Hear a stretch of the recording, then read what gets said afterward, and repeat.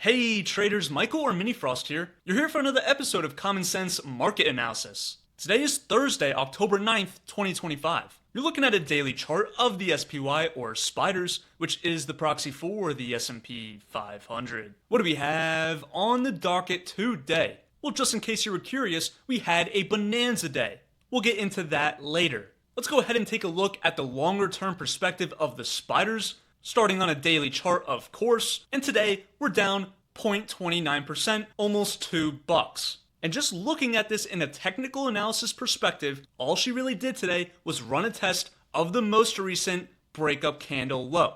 That low comes in at 669.42, and today's low was at 669.21. Spiked it by around 21 cents. 21 is an important number, FYI. We did manage to reach a very important number towards the upside, some overhead resistance. I highly suggest you stay until we go over inside the numbers because we're going to cover some important stuff. I've been pounding the table at that number and it finally paid off. We're going to jump over to the 15-minute time frame just to get a different perspective as to what's going on, and I see a common pattern going on here. So I'm going to draw a line at the previous all-time high. That high happened to be at around 672.68, the high made on Friday. So after we made this high, we came right back down, went ahead and filled this gap right here, and then we had a nice recovery the day after, on Monday, went up towards the vicinity of the previous all-time high, and then on Tuesday, we had the infamous spike the high and rip it right back down in the other direction trade. And then on Wednesday, we had a nice recovery again, made it back to the previous all-time high, ate some time off the clock at that high, and then today we had another spike the high and rip it right back down in the other direction. So that's the common theme that I'm seeing right now, is the spike the high and rip it back down trade. We can even go ahead and draw a trend line with this information. And remember, we don't draw the trend lines, the charts draw them for us. So we did spike it by a little and then rip it right back down. So now the main question is, are we going to have another recovery phase tomorrow? Maybe a floater Friday situation,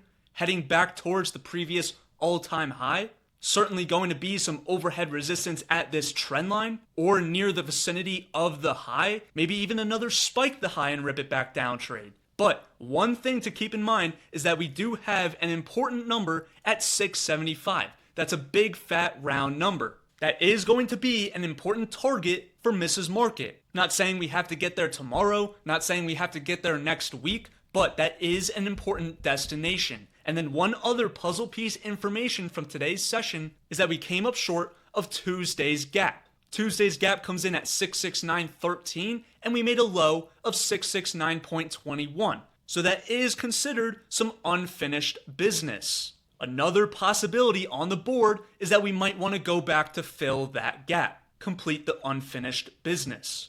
We're taking a quick lazy swing trader intermission break. Today we had our first profit target in GPC, Genuine Parts Company. We actually entered this trade August 13th. So as you can see, this has been quite a battle, but the important thing is that price never stopped us out. It never reached our stop loss. And now we just hit our first profit target at 132.77, locking in the risk-free emotionless trade. And now we don't let the remaining portion go bad on us. This is what swing trading is all about. These trades are typically not get in and get out type of trades, like how day trading usually is. Some trades can take days, weeks, even trades like this that can take a few months. Some trades will get lucky and will get a profit target within the first day that it hit its entry target. Like the other day, we had a trade in Humana where we were up around like 12 or 13% within a few minutes. It was just a rocket ride right off of the first entry. And then obviously other trades like this one, it takes a little bit more time. You got to give these trades time to work out. But that's the lazy swing trader automagical algo system. If you're interested in the lazy swing trader algo system, then you could get a free swing trade from the system itself for free. We're rocking an 87% win rate this year. I think it's actually at 89% now. You can go ahead and take a look at all of our recent trades. They're all here for you so that you can go back to the charts and double check the work. But as you can see, it's a lot of green. When you sign up, you get the trade, you get the entry targets, the stop loss, you get a follow-up email if the trade triggers when it hits its entry target, and then you get another follow-up email if it hits its profit target. It's basically like a little free trial for the lazy swing trader. If you're interested, the link will be in the description below. One other number that you have to be aware about is at 663. It's in green because this is our medium/longer term pivot number. It's essentially a spike of the 20-period moving average, which we are extended from. It coincides right with this big-time breakup candle low, and that is certainly going to be an important destination for the market. But it's only going to be an important destination if we're able to get below this number at 66734, which is the previous breakout area. As you can see, we tested it right here, came up a little bit short right here, came up a few pennies short right here, so that definitely is an important area that the market is having trouble getting below. It's utilizing that breakout area as support. And that's pretty much why we use those breakout areas to our advantage, because markets like to use them as support, which we're currently seeing right now. Let's go ahead and jump over to my number one favorite market leading indicator to see if we could gather any more puzzle piece bits of information. Right here is an overhead resistance level that we've had on the board for quite some time now. As you can see, we spiked it by a little bit. This was another spike the high and then rip it right back down in the other direction. And now we're playing ping pong back and forth these two numbers. And as you can see, those two numbers are important. Take a look at today's high. Today's high is at 247.25. What's the back end number at? 247.18. How about today's low? The low is at 244.01. The front end number of overhead resistance, this zone, is at 244.30. So as you can see, we're just playing ping pong back and forth these two numbers. Closing candles above is the bull case scenario, and we're going to be breaking out to new all-time highs. But if we do manage to close candles below this zone, then she's going to want to head to this 20-period moving average that is home base, and or even a spike of it, and get down to this breakup candle low. But just by the looks of it, it looks like we're building energy for another move higher. She's essentially recocking the gun, trying to build up momentum so that we can take out the previous all-time high. Alright, we're going to switch gears and take a look at the shorter term perspective of the spiders, starting with inside the numbers. We're looking at the 0 dark 30 notes. This is the morning game plan that's given to members well before the opening bell. As you can see, there's a lot of notes. But I'm going to make this as simple as possible. We were talking about this important overhead resistance number, which came in at 673.40 to 673.80, give or take. You could call it a mini zone of overhead resistance if you want, but those two numbers were indeed important. So we talked a little bit about why it was important, but that doesn't really matter. What matters is obviously the numbers. And today we had a bull and a bear pivot. The bull pivot was that number that I just mentioned, the 673.40 to 673.80, give or take. The bear pivot comes in at 672.90, which was pretty much a spike of yesterday's gap. And then here are some other numbers that you need to be aware about. If we got below the bear pivot and start to close candles below, then that will open the door towards the first support zone on the board from 672.40 to 671.75. Below that, we had the next number in the sequence come in at 670.40. Let's go put these numbers on the board and see what happened. How you doing? We caught high of day at that bull pivot number we mentioned, the 673.80 right here. I've been pounding the table of those two numbers, that mini zone of overhead resistance, for a while now. That was an important spot for the market. It was magnetic. Look where we opened. Today's open was at 673.52, pretty much right in between that give or take overhead resistance zone. So a lot of traders from the live room and inside the numbers were short at this number. And where did we trade it down to? None other than the bear pivot. She did spike the bear pivot by a little, tried to fight back, but ultimately started to close candles below. And obviously a majority of us were still short and we were holding trailers. So the next target that we took profit at was support number 1 at 271.75. As you could see, the market did find a little bit of support at this number, but wasn't able to sustain price for that long until we eventually made our way down to support number 2, in which we spiked it by just a little and then ripped it right back up in the other direction. Where to? Support number 1. Again, these numbers can be utilized as support on the way back down or resistance on the way back up, which we just saw right here. What was originally support at 671.75 was being utilized as overhead resistance, couldn't get above this number, spiked it by about 10 cents or so, and then went right back to support number 2.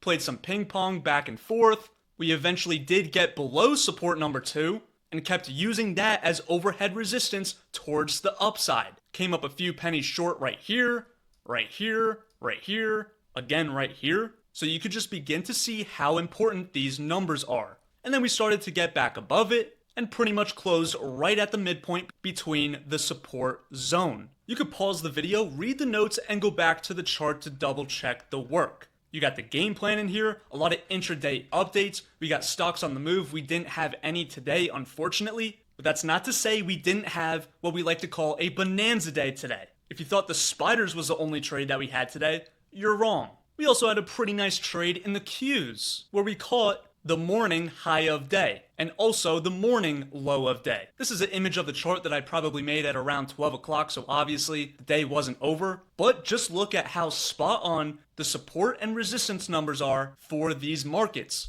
Literally nailed it right on the dot for the high of day.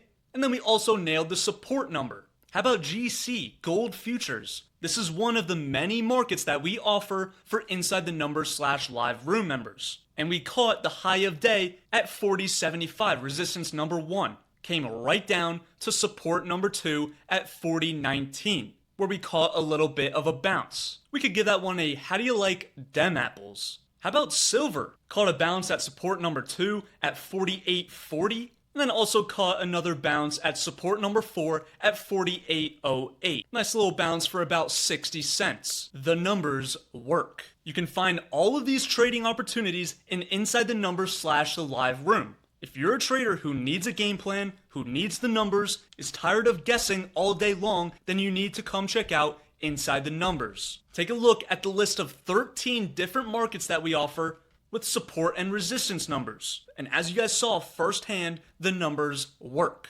If you purchase the live room, you get Inside the Numbers for free. Very, very interesting puzzle piece information for the transportation department. By the way, look at the volume right now. It's at 199.9. We'll give that a funny how that works. If you know, you know. So we had a nice gap up higher to start the morning. We gapped above this downwards trend line. And again, we've been trading within this triangle for quite some time now, and we're having trouble breaking over it. I said before, and I'll say this again, the market's job is to trick, trap, fool, and frustrate as many traders as possible. We got some bullish signals a few days ago as we began to close above this downwards trend line, but as stated, the pivot wasn't out of the question because the market likes to screw traders. So even though we started to close candles above right here on Friday and Monday, on turnaround Tuesday, we went right back to, you guessed it, the pivot. Yesterday, we closed right on the trend line.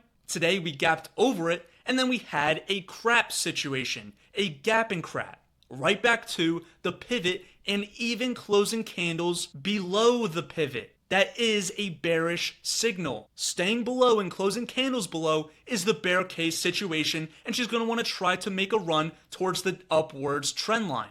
And then as soon as we start closing candles below that trend line, we can easily get another leg lower, as we'll be below 3 out of the 4 moving averages. Maybe she'll find some support at this 200 period moving average. That certainly is a possibility. But the longer we stay below and close candles below, and even get below all of the moving averages, then that's certainly a flare up in the air for another leg lower. But today's puzzle piece information is closing below the pivot. She's having trouble staying above this downwards trend line. And we are coming close to the apex of the triangle, which means time is up and she's going to make her decision. That's my second favorite market leading indicator, the first sign of some bearish behavior closing below the pivot. We'll call it a flare up in the air for now. What about the Q people? Well, she's down 0.12%. Compared to the spiders, we're down 0.29% in the spiders. And here's some interesting information. In the spiders, we had that spike the high and rip it right back down. In the Qs, we never spiked the high. Yesterday's high is at 611.75. Today's high is at 611.61. And then in the spiders, going back real quick, we can see that we ran a test of the most recent breakup candle low right here. In the Qs, we only made it halfway. We never got there. So that is another target towards the downside. Also, one other thing to keep in mind is the same breakout area situation from the spiders. The correlation number in the Qs is at 602.87. This area is the most recent breakout area, and you can obviously see its importance. Pretty much nailed it right on the dot right here, spiked it by a little right here, came up a few pennies short right here. So as long as we're staying above that, that is the bull case scenario, just like the spiders. It can be utilized as a pivot-ish number. But getting below that, she's going to want to make a run for the 20-period moving average that is home base. And she can even spike it by a little. Take note that we haven't reached home base in quite some time. It's definitely been a while. In the spiders, we did manage to reach home base. The 25th of September, pretty much nailed it right on the dot and then bounced back, never looked back. But in the Qs, we never reached home base. The last time we touched it was September 5th. This is just a few puzzle piece information things that I'm seeing on the board. Obviously, they're not going to be identical copies of each other. We do have some similarities between the two for sure, just like this breakout area level that we had, as the market is utilizing that as support. But these are just interesting things that catch my eye between the two markets. Let's take a quick look at XLF, the financials. We're down 0.19 cents or 0.36%. And also the volume is at 33.9. So we could give that a little funny how that works. But what's more important is that we're still finding support at this break up candle low that coincides right with the 50-period moving average. We're now closing candles below the 20-period moving average. Found some support right at this area, right on the 50-period moving average. So if we start to get below that area, then she's going to want to head and complete this unfinished business down below at 52.70. That is a number that we've been talking about for a while now. We also have the 100-period moving average creeping right upon it.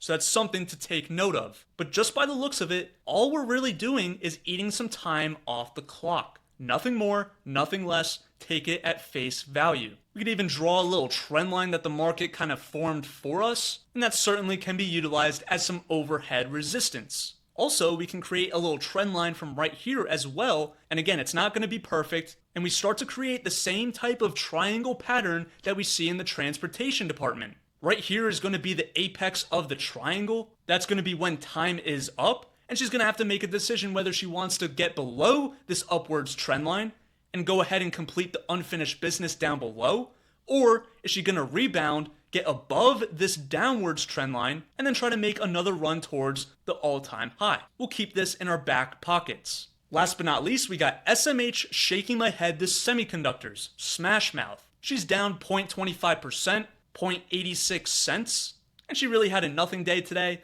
She's just hanging around the vicinity of the previous all-time high, right around here, still finding resistance at this breakdown candle high.